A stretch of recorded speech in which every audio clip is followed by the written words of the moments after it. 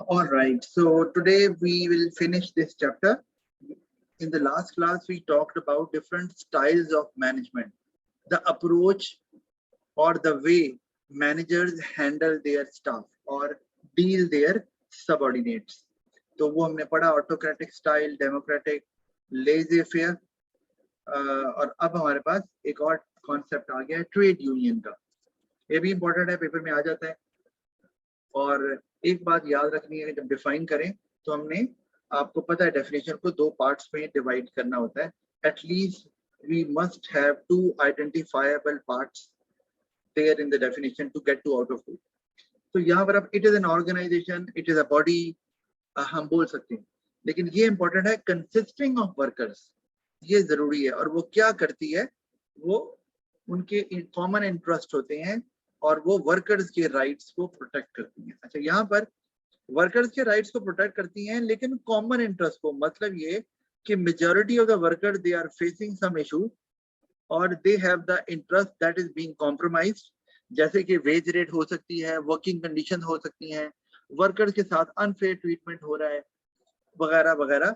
तो जो overall workers को, जो ट्रेड यूनियन के मेंबर हैं, दे आर फेसिंग इट. तो trade union comes into play और वो फिर अपने तरीके से इसको डील करते हैं.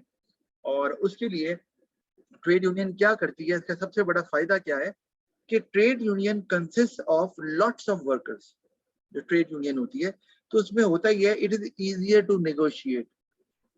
One worker can not negotiate with a strong business organisation और द एम्प्लॉयर. तो वहां पर जब आप ढेर सारे वर्कर्स को रिप्रेजेंट करने वाली ट्रेड यूनियन मौजूद होती है, ऑफ कोर्स वहां पर एक ही बंदा होता है जो ट्रेड यूनियन के बिहाफ पर डील करता है मैनेजमेंट के साथ, उसको हम बोलते हैं ट्रेड यूनियन रिप्रेजेंटेटिव. तो अब उसको पता है कि उसके पास सपोर्ट है लॉट्स ऑफ वर्कर्स की, because they are members of the trade union. तो now organisation has to listen to the trade union. उन्हें पता है कि अगर वो ट्रेड यूनियन रिप्रेजेंटेटिव की नहीं सुनेंगे तो इतने ज्यादा वर्कर्स की सपोर्ट उनको मिली हुई है, तो बिजनेस को एक बहुत बड़ा नुकसान हो सकता है इफ वर्कर्स स्टॉप वर्किंग और if the workers start neglecting their work. क्योंकि एक आधा होता ही है कि एक आधा बंदा अगर निग्लेक्ट कर रहा है अपनी ड्यूटी को या नहीं काम कर रहा, तो आप उस वर्कर को निकाल सकते हैं. ठीक है, you can sack the worker. लेकिन what about if there are 500 workers in a factory and 450 workers are part of trade union and they are not ready to work unless and until their demands are met. तो अगर अब 450 workers को तो आप नहीं निकाल सकते, of course निकालेंगे तो काम कौन करेगा, और अगर आप नए वर्कर रखेंगे 450 तो उसमें टाइम कितना लग जाएगा. तो दोनों सूरतों में ही आप उनको निकालें या ना निकालें, आपके पास जो है वो लॉस ऑफ प्रोडक्शन रिजल्ट आना ही आना है. तो उसके से फिर बचने के लिए management does negotiate with the trade union, तो उन्हें पता है कि they have the power of the workers, तो they are in a strong position. तो इसी वजह से workers are happy to join a trade union, क्योंकि वो अकेले तो अपने इंटरेस्ट को प्रोटेक्ट नहीं कर सकते, अपने राइट्स को भी जो है वो इन्फोर्स नहीं कर सकते, लेकिन once they join the trade union तो उनके जो इंटरेस्ट और राइट्स हैं वो प्रोटेक्टेड हो जाते हैं, दे फील सिक्योर.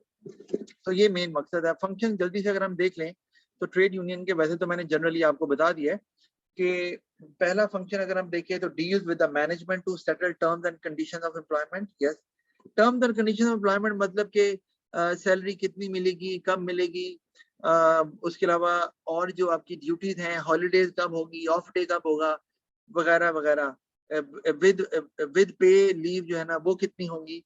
तो उसमें भी ट्रेड यूनियन अपना रोल प्ले कर सकती है मैनेजमेंट के साथ कि वर्कर्स को इतना आप टाइम फ्रेम दें कि वो कंफर्टेबली काम कर सकें. ये ना हो कि कोई हॉलीडे दी ना जाए, क्योंकि वर्कर्स कैन बी एक्सप्लॉइटेड ना.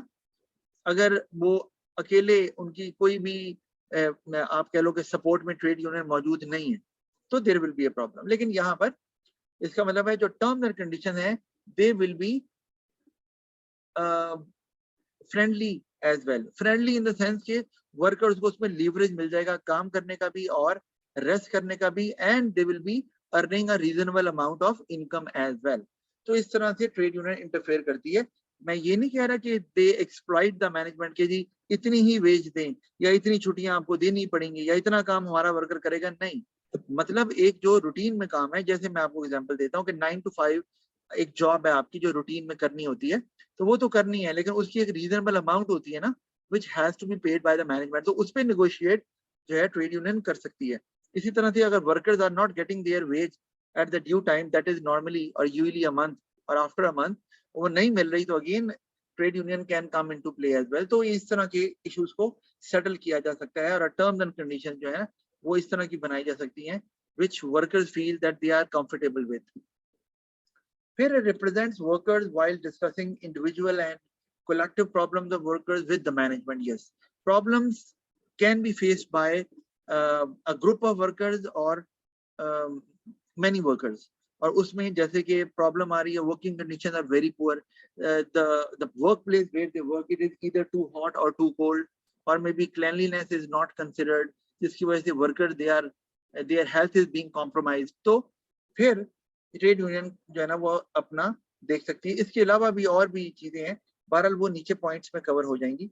वर्क्स फॉर अचीविंग बेटर से of workers in the management of affairs of the enterprise, यानी कि अगर कोई भी डिसीजन लिया जा रहा है जिसमें वर्कर्स के इंटरेस्ट को अफेक्ट हो किया जाएगा या उनके इंटरेस्ट कॉम्प्रोमाइज होंगे, तो of course trade union would want to be part of that decision making process, ताकि वो वर्कर्स के राइट्स को और इंटरेस्ट को प्रोटेक्ट कर सके। ट्रेड यूनियन ये कभी भी नहीं होने देगी कि a decision is being taken and it is directly affecting the workers, तो वर्कर्स वहां पर भी ट्रेड यूनियन अपना रोल प्ले करती है। फिर organises strikes and other industrial actions to press demands of workers such as higher pay, better working conditions, health and safety at work, reasonable working hours. ये different issues हैं जो कि workers face कर सकते हैं और जिसके लिए फिर जो ट्रेड यूनियन है वो अपना रोल प्ले करती है। The first step trade union takes that is negotiation, and that is what we call table talk. ठीक है, they usually have a talk with the management and they try to convince that our workers are being affected negatively, yeah, they are facing certain issues which is hurting them. लेकिन अगर negotiation जो है ना it doesn't come to an end successfully or in the favor of workers, या उनके issues they remain unresolved, so there is a problem. तो फिर trade union they have to do something else other than negotiation, और वो है that is what we call industrial actions. आपने याद रखना है, actions taken by trade union to influence business, और उसका मेन मकसद क्या होता है? उसका मकसद होता है to make the business suffer, क्योंकि यहाँ पर अब ट्रेड यूनियन क्या हो गई है? hostile. As long as negotiation is going on, friendly talk is going on, so nothing, no action is taken, nothing is done. But once the negotiation fails, then trade union becomes hostile to the management and they take those steps which can hurt the performance of the business. और उसमें बहुत से steps हैं जिसमें एक सबसे जो बड़ा step है which is taken as a final resort by the trade union, वो है strike. Workers stop working, they do not work at all. They might stay at the workplace but they do not work. And normally ये action लिया जाता है when there is peak season going on, lot of demand is there and you have to meet the deadline of the customers as well. और आपको पता है even the workers call on a strike for one day, तो there will be a huge loss क्योंकि आप customers orders timely meet नहीं कर सकेंगे and then there will be a problem, you know that customers will be annoyed, bad image और overall reputation market में आपकी affect हो जाएगी। तो वहां पर बहुत ज्यादा impact आएगा strike का, तो management has to listen to the demands of the trade union in that case. तो मैंने यहाँ लिखा भी हुआ है कि अपनी demands को press करने के लिए वो फिर they resort to industrial actions such as strikes. और भी बहुत से तरीके हैं लेकिन एक strike is one of the way जो कि इस्तेमाल यूजली किया जाता है। और होते हैं जैसे कि आप ये कह लो कि एक टर्म इस्तेमाल होती है go slow. अब go slow क्या होता है कि इसमें worker they do work but they start working slowly. And again the purpose is that business won't be able to meet the deadlines given to the customers. Again मकसद क्या है? To make the business suffer. तो वो अब ये भी काम कर सकते हैं। अच्छा, फिर इसी तरह ओवर टाइम अगर आपने वर्कर्स को कहा है कि करें और आपको पता है कि it is the right legal right of the workers to accept overtime work और रिफ्यूज इट, तो अब ओवर टाइम मिल रहा है, usually workers they are happy to work overtime, क्योंकि ओवर टाइम में you get a higher per hour rate या piece rate, जो भी है, मैंने आपको बताया भी था, आपको ओवर टाइम पेमेंट ज्यादा मिलती है, क्योंकि उन्हें पता है workers because they are tired after working for the whole day, तो इसलिए उनको इंसेंटिव के लिए ज्यादा पैसे देने पड़ेंगे, so that they keep on working even after the home time as well. तो लेकिन वर्कर्स क्या करते हैं उसमें भी कि they refuse to work overtime. क्यों? क्योंकि उसमें उस वक्त प्रॉब्लम चल रही है कि ट्रेड यूनियन की बात मैनेजमेंट सुन नहीं रही, तो that is the right time, right, कहते हैं ना। तो अब इसका मतलब क्या है? इसका मतलब यह है कि उस वक्त why they want the workers to work overtime, आप मुझे बता सकती हो what is the reason? Sir, maybe because the demand is high, so to meet the demand of the customers timely. Absolutely. Over time कराने का मकसद ही है कि there is too much demand and you want to meet the deadlines, and unless and until you make use of that overtime, the business won't be able to make the products when it is needed by the customers. तो वहां पर workers को पता है कि हम अगर काम नहीं करेंगे तो मैनेजमेंट को प्रॉब्लम हो जाएगा बहुत बड़ा, तो that is the right time for the trade union to take that action कि ओवर टाइम रिफ्यूजल आ जाएगा, और वो फिर जारी बात है मैनेजमेंट कुछ कर नहीं सकेगी because peak season is going on and they have to meet the orders, तो मीट द डिमांड, तो वो फिर उनकी बात मान लेंगे, एक्सेप्ट कर लेंगे whatever demands are being presented in front of the management by the trade union. अच्छा, उसके बाद फिर हमारे पास education of workers and their children. Yes, ये भी होता है, ट्रेड यूनियन जो होती हैं they sometimes financially support the workers education and the education of their children as well, क्योंकि वर्कर है वो आगे फर्दर स्टडी करना चाह रहा है, तो उसके लिए वो उनको सपोर्ट कर सकती हैं। और आपको पता है कि when you become the member of the trade union you have to pay a certain fee on annual basis, मतलब as soon as you become a member of the trade union you pay a certain फी, और उसके बाद फिर आपको annual फी देनी पड़ती है हर member को, ऑफ कोर्स, वरना वो जो ऑर्गेनाइजेशन है ट्रेड यूनियन की वो कैसे रन की जाएगी? Of course that trade union is a body, so they have their own expenses, they have to meet those expenses, and for that they require finance which comes from workers, तो फिर वो उसमें से workers को इस तरह से support भी कर सकते हैं। And even if workers are unemployed for certain time period, तो उनको फाइनेंशियल असिस्टेंस भी दी जा सकती है from the trade union as long as they are unemployed और for a short time period.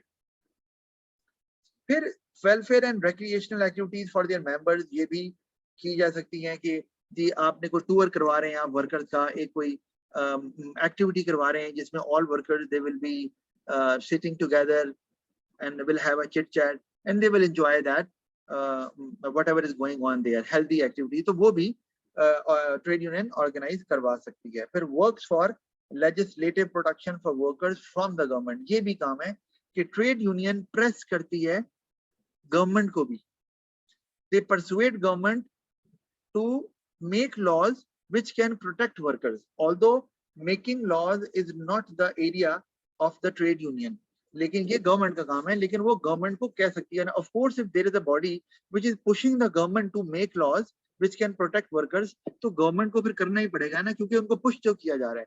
तो ट्रेड यूनियन ये काम भी करती है ताकि वर्कर्स को, जैसे कि मैं एग्जांपल देता हूँ, लीगल मिनिमम वेज का लॉ है कि मिनिमम वेज मतलब इससे कम वेज आप नहीं दे सकते, does not matter what kind of worker you are hiring, you cannot give wage lower than that, अगर आप देंगे तो it will be considered as illegal and you can be sentenced to imprisonment or maybe a certain amount of fine as well, तो ये भी trade union का काम बन जाता है। अच्छा, फिर हम अगर आगे देखें तो अब जल्दी से देख लेते हैं advantages of trade union to employees.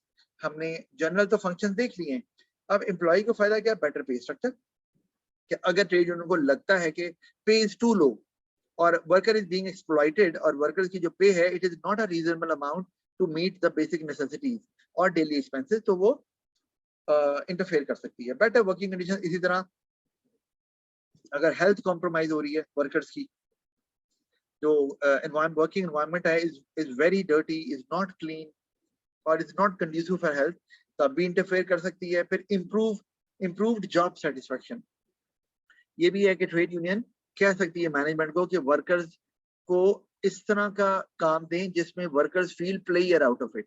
When they perform the job, they, मैं आपको पहले भी बताया था, they find it challenging, interesting, rewarding. तो ये भी ट्रेड यूनियन पुश कर सकती है कि are workers are of much caliber and they have the potential to work harder, so please assign them challenging tasks so that they can show their potential। तो इस तरह से जॉब सेटिस्फेक्शन बढ़ेगी और बोर्डम जो है वो कम हो जाएगा। बेटर से of workers in management decision which directly affect them.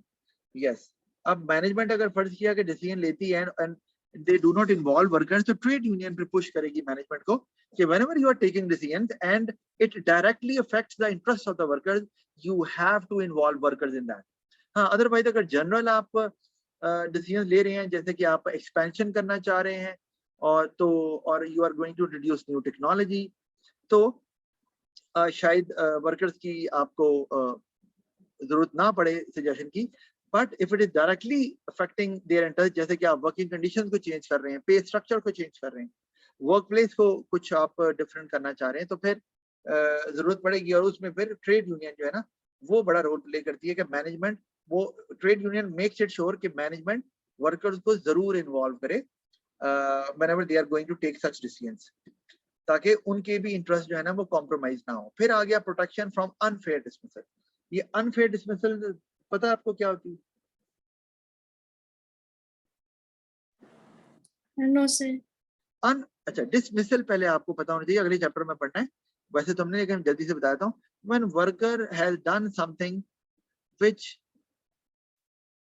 Was not acceptable, और उसके लिए फिर इसका मतलब जैसे कि worker was caught doing a fraud or stealing a certain item from the factory or from the business, or the worker being negligent to his work or her work, या worker जो है वो is coming late to the duty despite being warned again and again। तो कुछ ऐसी चीजें हैं जिसमें फिर क्या होता है कि बिकॉज एक आप कह लें कि डिसिप्लिनरी प्रोसीजर होता है, एक डॉक्यूमेंट होता है जो वर्कर्स को दिया जाता है, these are the dos and don'ts, कि ये आप कर सकते हैं, ये आप नहीं कर सकते। तो अगर आप जो डोंट्स करेंगे तो फिर एक disciplinary action will be taken against the worker and that may result into firing of the worker as well। Workers can be sacked on that basis as well।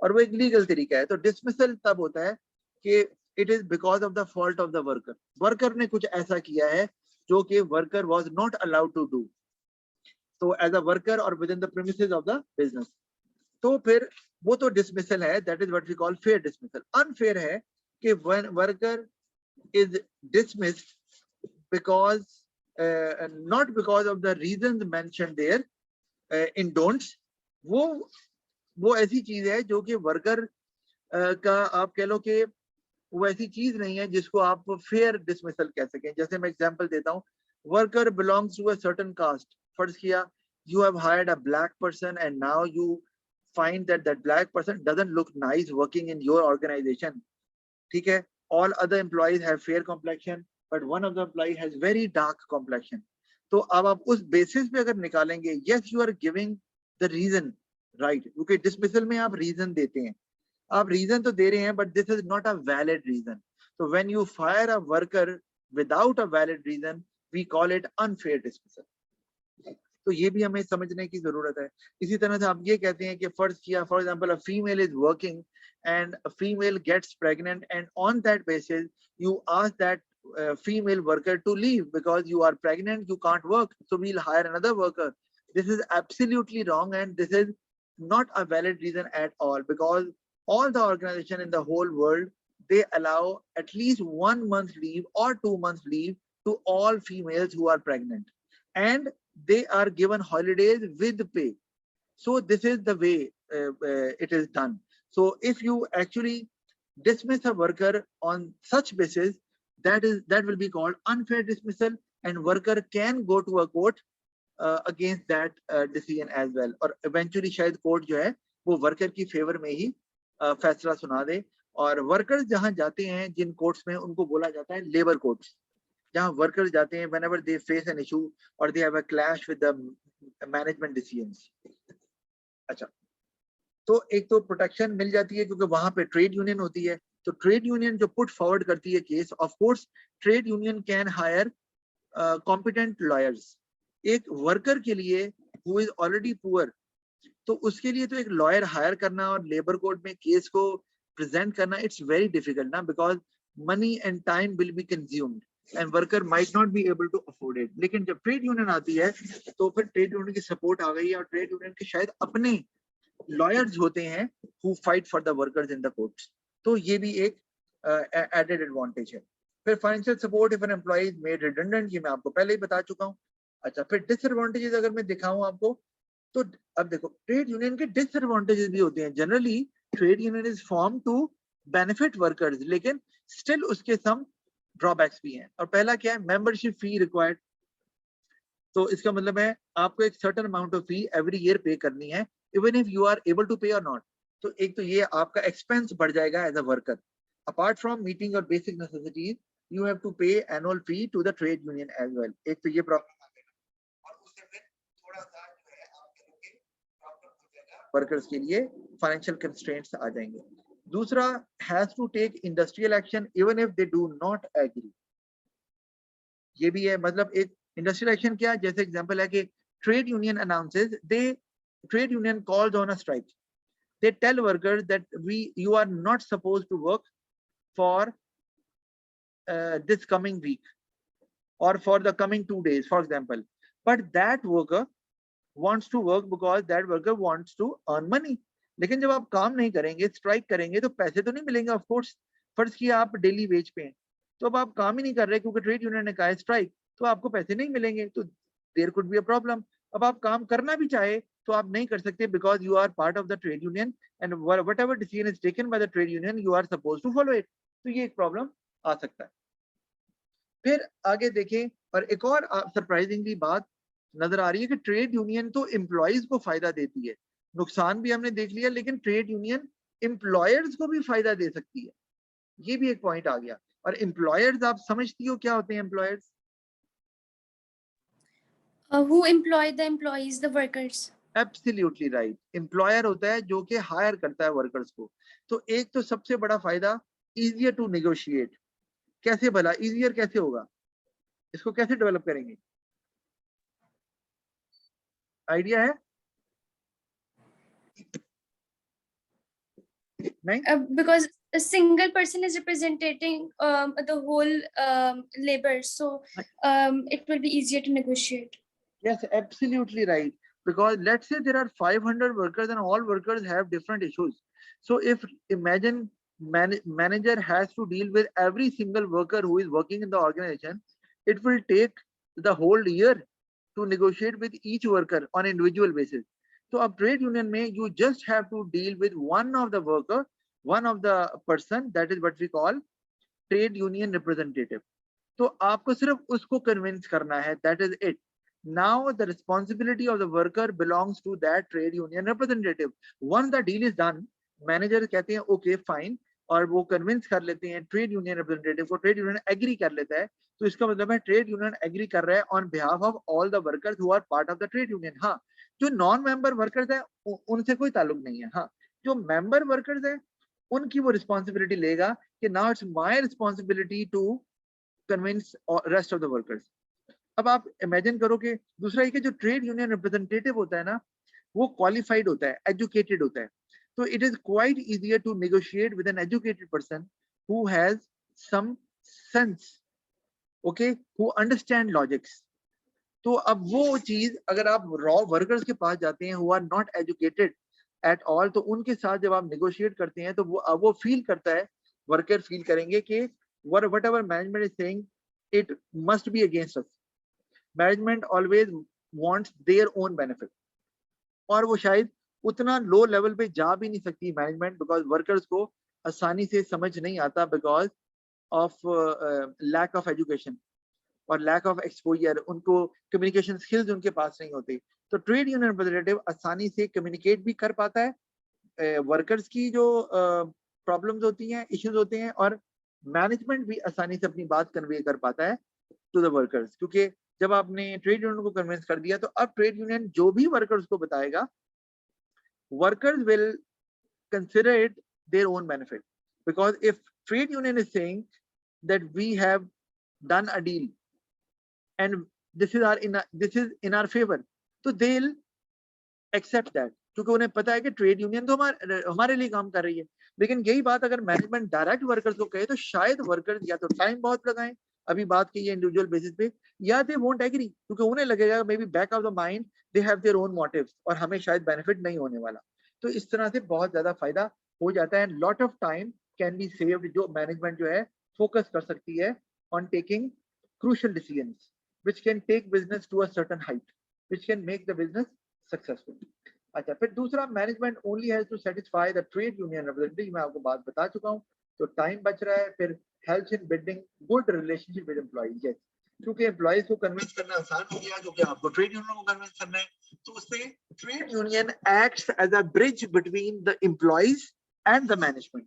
तो जब ब्रिज बन जाता है तो फिर रिलेशनशिप अच्छा हो जाता है, और फिर उससे आए दिन स्ट्राइक्स भी नहीं होती, वर्कर्स भी मोटिवेटेड रहते हैं, और आपको नए workers every now and then you do not need to hire। तो आपको पता ही है, अगर every now and then workers hire करने पड़े तो खाली ये नहीं है कि टाइम लगता है वर्कर्स को हायर करने में, you might not get the same quality of workers as well, those new workers might not be able to work in a team with older workers, तो बहुत ही प्रॉब्लम आ सकती है जिससे परफॉर्मेंस डिप कर सकती है बिजनेस की। All right, so that is the end of this chapter।